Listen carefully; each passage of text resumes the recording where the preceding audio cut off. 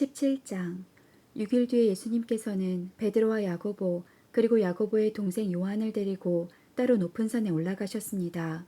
그들 앞에서 예수님의 모습이 변화되었습니다. 예수님의 얼굴은 해같이 빛나고 옷은 빛처럼 희게 되었습니다. 그때에 모세와 엘리야가 나타나 예수님과 함께 말씀을 나누었습니다. 베드로가 예수님께 말했습니다. 주님, 우리가 여기 있는 것이 좋습니다. 원하신다면 제가 여기에 천막 세 개를 세우겠습니다. 하나는 주님을 위해, 또 하나는 모세를 위해, 그리고 마지막 하나는 엘리야를 위해서 말입니다.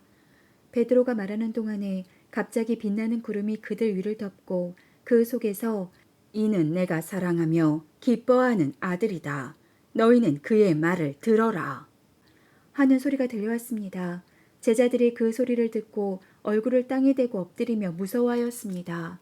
예수님께서 그들에게 오셔서 어루만지시며 말씀하셨습니다. 일어나라, 무서워하지 마라. 제자들이 눈을 들어보니 아무도 보이지 않고 예수님만 혼자 계셨습니다. 산 아래로 내려올 때에 예수님께서 제자들에게 당부하셨습니다. 인자가 죽음에서 다시 살아날 때까지 너희가 본 것을 아무에게도 말하지 마라. 제자들이 예수님께 여쭈었습니다. 어째서 율법학자들은 그리스도가 오기 전에 엘리야가 먼저 와야 한다고 말하는 것입니까? 예수님께서 대답하셨습니다. 엘리야가 와서 모든 것을 회복시킬 것이다. 그러나 내가 너희에게 말한다. 엘리야는 이미 왔다. 그런데 사람들은 그를 알아보지 못하고 그에게 자기들 마음대로 하였다. 이처럼 인자도 그들로부터 고통을 받을 것이다. 그때서야 제자들이 예수님께서 세례자 요한을 두고 말씀하셨다는 것을 깨달았습니다. 예수님과 제자들이 사람들에게 갔을 때 어떤 사람이 예수님께 와서 무릎을 꿇고 절을 하며 말했습니다. 주님, 제 아들에게 자비를 베풀어 주십시오. 이 아이가 간질에 걸려서 너무나 고생하고 있습니다. 이 아이는 가끔 불에도 뛰어들고 물에도 뛰어듭니다. 제가 이 아이를 제자들에게 데리고 왔는데 고칠 수 없었습니다. 예수님께서 말씀하셨습니다. 아, 믿음 없고 뒤틀어진 세대여. 도대체 언제까지 내가 너희와 함께 있어야 하겠느냐? 언제까지 내가 너희를 참아야 하겠느냐? 그 아이를 내게 데리고 오너라. 예수님께서 귀신들을 꾸짖으셨습니다. 그러자 귀신이 아이에게서 나가고 그 아이는 즉시 나았습니다. 제자들이 예수님께 따라와서 물었습니다. 어째서 우리는 귀신을 쫓아낼 수 없었습니까? 예수님께서 대답해 주셨습니다. 너희 믿음이 적어서이다. 내가 너희에게 진정으로 말한다. 너희에게 겨자씨 한 알만한 믿음이 있으면 이 산을 향하여 여기서 저기로 움직여라 말할 것이다. 그러면 산이 움직일 것이다. 너희가 못할 일이 아무것도 없을 것이다. 제자들이 갈릴리에 모여 있을 때 예수님께서 그들에게 말씀하셨습니다. 인자가 사람들의 손에 넘겨질 것이고 사람들은 그를 죽일 것이다. 그러나 3일째 되는 날에 다시 살아날 것이다. 그러자 제자들은 몹시 슬퍼하였습니다. 예수님과 제자들이 가버나움에 이르렀을 때 성전세를 걷는 사람이 베드로에게 와서 물었습니다. 당신네 선생님은 성전세를 내지 않습니까? 베드로가 대답했습니다. 내십니다. 베드로가 집에 들어가자 예수님께서 먼저 말씀을 꺼내셨습니다. 어떻게 생각하느냐 시몬아. 이 세상의 왕들은 관세와 세금을 누구에게서 받느냐? 왕의 자녀들한테서냐? 아니면 다른 사람들한테서냐? 베드로가 대답했습니다. 다른 사람들에게서입니다.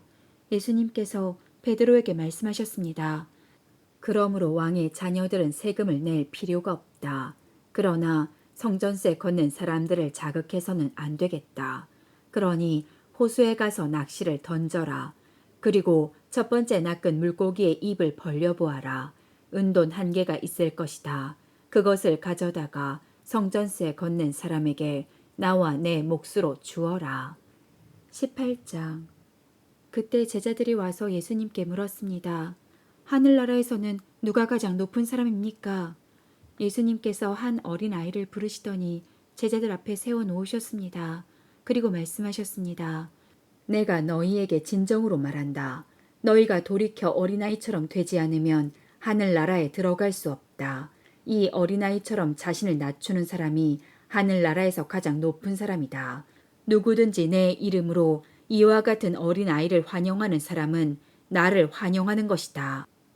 누구든지 나를 믿는 이런 어린아이 한 명이라도 죄를 짓게 하는 사람은 차라리 자기 목에 연자 맷돌을 메고 깊은 바다에 빠지는 것이 더 나을 것이다. 사람들을 넘어지게 하는 방해물 때문에 이 세상에 화가 미친다. 방해물이 없을 수는 없다. 그러나 사람들을 걸려 넘어지게 하는 방해물과 같은 사람에게는 화가 있다. 만일 너희의 손이나 발이 너를 넘어지게 하거든 잘라서 던져버려라. 장애인으로 영원한 생명에 들어가는 것이 두 손과 두 발을 가지고 영원한 불에 던져지는 것보다 훨씬 낫다. 만일 너희의 눈이 죄짓게 하거든 뽑아서 던져버려라. 한 눈만 가지고 영원한 생명에 들어가는 것이 두 눈을 가지고 지옥불에 던져지는 것보다 훨씬 낫다. 이 어린아이 한 명이라도 업신 여기지 마라. 내가 너희에게 말한다. 그들의 천사들이 하늘에 계신 내 아버지의 얼굴을 항상 뵙고 있다. 너희는 어떻게 생각하느냐? 만일 어떤 사람에게 100마리의 양이 있는데 그 중에서 한 마리가 길을 잃었다면 산에 99마리의 양을 남겨두고 길 잃은 그 양을 찾으러 가지 않겠느냐? 내가 진정으로 말한다. 만일 양을 찾게 되면 길을 잃지 않은 99마리의 양보다 그 양 한 마리 때문에 더욱 기뻐할 것이다.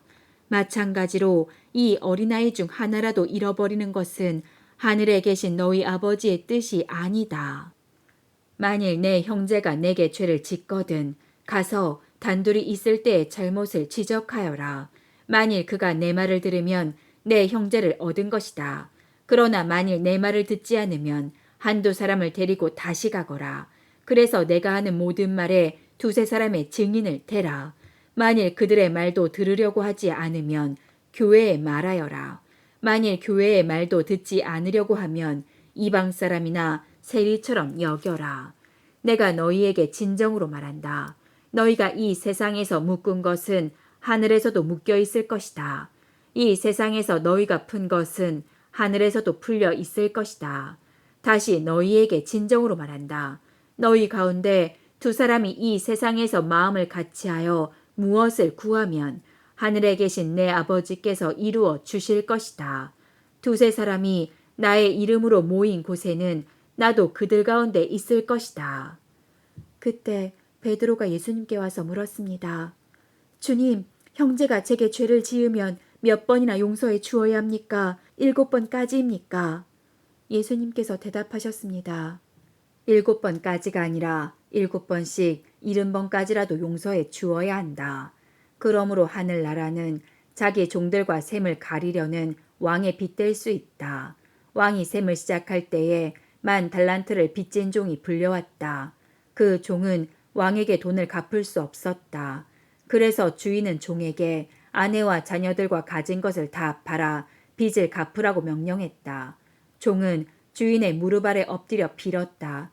기다려 주십시오. 제가 모든 것을 갚겠습니다. 주인은 그 종을 불쌍히 여기고 풀어주며 빚을 없었던 것으로 해주었다. 그런데 그 종이 나가서 자기에게 100데나리온 빚진 동료를 만났다. 그는 동료의 멱살을 잡고 말했다. 나에게 빌린 돈을 어서 갚아라. 동료는 그 종의 무릎 아래 엎드려 빌었다.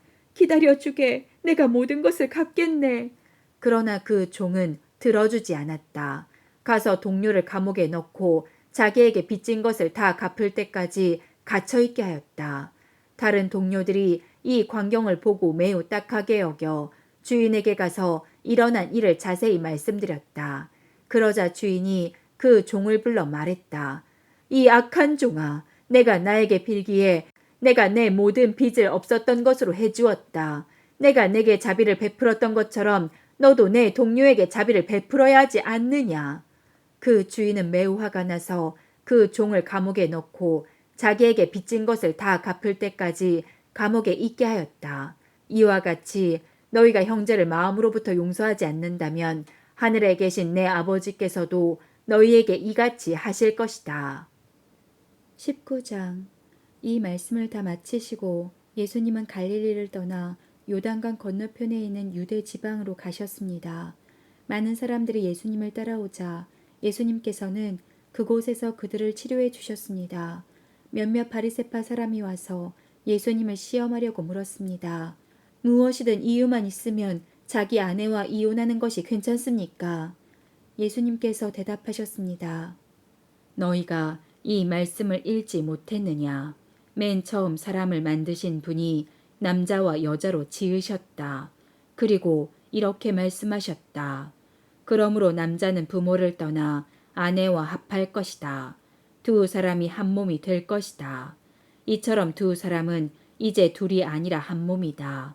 하나님께서 묶으신 것을 사람이 나누지 마라. 바리새파 사람들이 물었습니다. 그러면 왜 모세는 이혼 증서를 주고 아내와 헤어지라고 명령하였습니까? 예수님께서 대답하셨습니다. 모세가 아내와 이혼을 허락한 것은 너희 마음이 악하기 때문이다. 그러나 원래부터 그랬던 것은 아니다. 내가 너희에게 말한다. 부정을 저지르지 않았는데도 아내와 이혼하고 다른 여자와 결혼하는 것은 간음죄를 짓는 것이다. 제자들이 예수님께 말했습니다. 만일 남편과 아내와의 관계가 이와 같다면 차라리 결혼하지 않는 것이 낫겠습니다. 예수님께서 대답하셨습니다. 모든 사람이 이 말을 받아들일 수는 없다. 오직 하나님께서 허락하신 사람들만이 그렇게 할 수 있다. 어머니 배에서 나올 때부터 고자로 태어난 사람이 있고 다른 사람에 의하여 고자가 된 사람도 있고 하늘나라를 위해 스스로 고자가 된 사람도 있다. 이 말을 받아들일 수 있는 사람은 받으라. 그때 사람들이 자기의 자녀들을 데리고 와서 예수님께서 손을 얹고 기도해 주시기를 바랐습니다. 그러자 제자들이 이들을 꾸짖었습니다. 예수님께서 말씀하셨습니다. 어린 아이들이 내게 오는 것을 막지 마라. 하늘 나라는 이런 어린아이와 같은 사람들의 것이다. 예수님께서 어린 아이들에게 손을 얹어 기도해 주시고 그곳을 떠나셨습니다. 어떤 사람이 예수님께 와서 물었습니다. 선생님, 영원한 생명을 얻으려면 어떤 선한 일을 해야 합니까? 예수님께서 대답하셨습니다. 왜 선한 것에 대하여 내게 묻느냐? 선하신 분은 오직 한 분뿐이다. 영원한 생명을 얻고 싶다면 계명을 지켜라. 그 사람이 물었습니다. 어떤 계명을 지켜야 합니까? 예수님께서 대답하셨습니다. 살인하지 마라. 간음하지 마라. 도둑질하지 마라. 거짓 증언하지 마라. 내 부모를 공경하여라. 내 이웃을 내 자신처럼 사랑하여라. 그 청년이 말했습니다. 이 모든 것을 지금까지 다 지켜왔습니다. 그 밖에 제게 부족한 것이 무엇입니까? 예수님께서 대답하셨습니다. 만일 내가 완전해지길 원한다면 가서 내가 가진 것을 다 팔아 가난한 사람에게 나누어 주어라. 그러면 하늘에서 보물을 얻게 될 것이다. 그런 후에 와서 나를 따르라. 이 말씀을 들은 청년은 매우 슬퍼하며 떠나갔습니다. 왜냐하면 그가 가진 재산이 너무 많았기 때문입니다. 예수님께서 제자들에게 말씀하셨습니다. 내가 너희에게 진정으로 말한다. 부자가 하늘나라에 들어가는 것은 어렵다. 다시 너에게 말한다. 부자가 하나님의 나라에 들어가는 것은 낙타가 바늘 구멍에 들어가는 것보다 더 어렵다. 제자들이 이 말씀을 듣고 매우 놀라서 물었습니다. 그러면 누가 구원을 받을 수 있겠습니까? 예수님께서 그들을 보시며 말씀하셨습니다. 사람은 할 수 없지만 하나님께서는 모든 것을 하실 수 있다. 베드로가 예수님께 말했습니다. 그렇다면 모든 것을 버리고 주님을 따른 저희에게는 무엇이 있겠습니까? 예수님께서 그들에게 말씀하셨습니다. 내가 너희에게 진정으로 말한다. 나를 따라오는 너희들은 인자가 영광의 보좌에 앉는 새 시대에 12 보좌에 앉아 이스라엘 12 부족을 심판하게 될 것이다. 나를 위하여 집, 형제와 자매, 부모와 자식, 그리고 밭을 버리는 사람은 몇 배로 보상을 받을 것이며 영원한 생명을 얻을 것이다. 그러나 첫째가 꼴찌가 되고 꼴찌가 첫째가 되는 사람이 많을 것이다. 20장 하늘나라는 자신의 포도밭에서 일할 일꾼을 찾으려고 아침 일찍 나간 주인과 같다. 그는 일꾼들에게 하루 품삯으로 한 데나리온을 주기로 하고 그 일꾼들을 포도밭으로 보냈다. 주인이 오전 9시쯤에 다시 시장에 나갔다가 거기서 빈둥거리며 서 있는 몇몇 사람들을 보았다. 주인이 그 사람들에게 말했다. 당신들도 포도밭에 가서 일하시오. 적당한 품삯을 주겠소. 그러자 그들은 포도밭으로 갔다. 이 사람이 다시 낮 12시와 오후 3시쯤에 나갔다. 그리고 똑같이 말했다. 또 오후 5시쯤에도 시장에 나가 또 다른 사람들이 거리에 서 있는 것을 보고 물었다. 왜 당신들은 하루 종일 빈둥거리며 서 있습니까? 그들이 대답했다. 아무도 우리에게 일자리를 주지 않았습니다. 주인이 그들에게 말했다. 당신들도 나의 포도밭에 가시오. 저녁이 되자 포도밭 주인이 관리인에게 말했다. 일꾼들을 불러 마지막에 온 사람부터 맨 처음에 왔던 사람까지 품삯을 주어라. 오후 5시에 고용된 일꾼들이 와서 각자 한 데나리온씩 받았다. 이제 맨 처음에 고용되었던 일꾼들이 왔다. 그들은 더 많은 품삯을 받게 될 것이라고 기대했지만 그들도 한 데나리온씩 받았다. 그러자 그들은 포도밭 주인에게 불평을 하였다. 저 사람들은 겨우 1시간밖에 일하지 않았는데 하루 종일 떼양볕 아래서 수고한 우리들과 똑같이 취급하시는군요. 그러자 포도밭 주인이 말했다. 친구여, 나는 당신에게 잘못한 것이 없소. 당신들은 한 데나리온을 받기로 나와 약속하지 않았소. 당신 것이나 가지고 돌아가시오.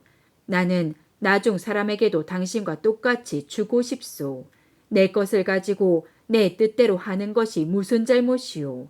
내가 자비로운 사람이라서 당신의 눈에 거슬리오. 그러므로 꼴찌가 첫째가 되고 첫째가 꼴찌가 될 것이다. 예수님께서 예루살렘으로 가실 때 12명의 제자만 따로 데리고 가셨습니다. 가시는 도중에 예수님께서 제자들에게 말씀하셨습니다. 보아라, 우리가 예루살렘으로 간다. 인자가 대제사장들과 율법학자들에게 넘겨질 것이고 그들은 인자에게 사형죄를 씌울 것이다. 그들은 인자를 이방 사람들에게 넘겨 비웃고 채찍질하고 십자가에 매달아 죽게 할 것이다. 그러나 3일째 되는 날에 인자가 다시 살아날 것이다. 그때 세베대의 아들들을 데리고 그 어머니가 예수님께 왔습니다. 그 여자는 예수님께 절하고 간청하였습니다. 예수님께서 물으셨습니다. 무엇을 원하느냐? 어머니가 예수님께 말했습니다.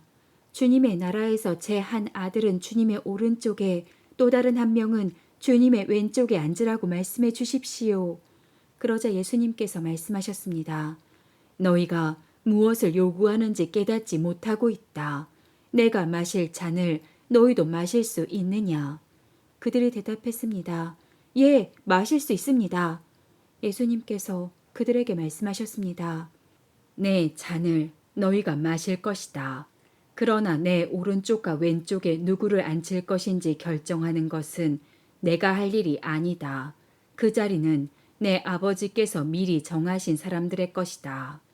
다른 10명의 제자들이 이것을 듣고 그 두 형제에게 분개하였습니다.